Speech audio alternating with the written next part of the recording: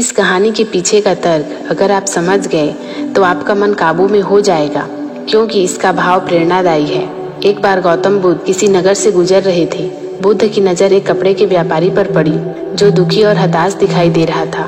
बुद्ध चलकर उसके पास गए और पूछा कि हे भंते, तुम इतने उदास क्यों हो? अगर तुम मुझे अपनी चिंता का विषय बताओगी तो मैं तुम्हारी कुछ मदद कर सकता हूँ। कपड़े के व्यापारी ने बुद्ध को प्रणाम किया और उनको अंदर बुलाया।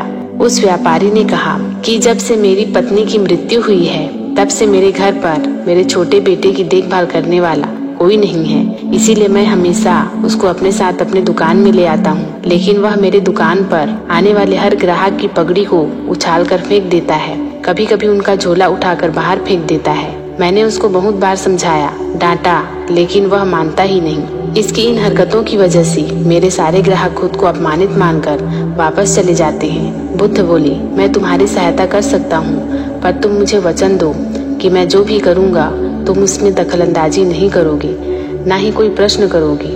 व्यापारी बुद्ध को वचन दे देता है। अगले दिन बुद्ध एक पगड़ी पहन कर आए और एक ग्राहक की भांति आकर बैठ गए। व्यापारी का बेटा आया और बुद्ध की पगड़ी को उछाल दिया। महात्मा बुद्ध मुस्कुराए और कहा, बहुत अच्छा, जाओ उस पगड़ी को वापस लेकर आओ।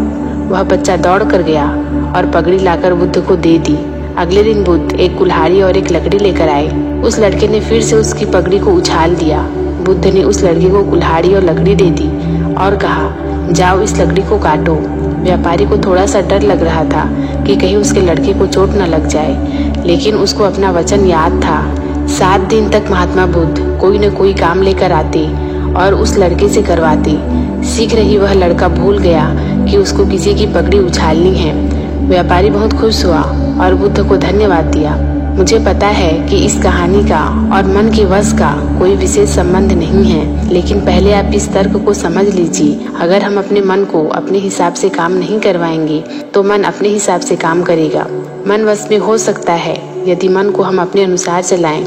मन 2 तरीके से काम करता है। एक तो मन अपने हिसाब से काम करता है, या दूसरा मन को हम अपने हिसाब से काम करवा सकते हैं। बुद्ध से मिलने से पहले उस लड़के का मन और दिमाग अपने हिसाब से अनियंत्रित रूप से काम कर रहा था, लेकिन बुद्ध ने उस लड़के को अपने अनुसार काम करवाया, जिससे उसकी आदत ही बदल गई।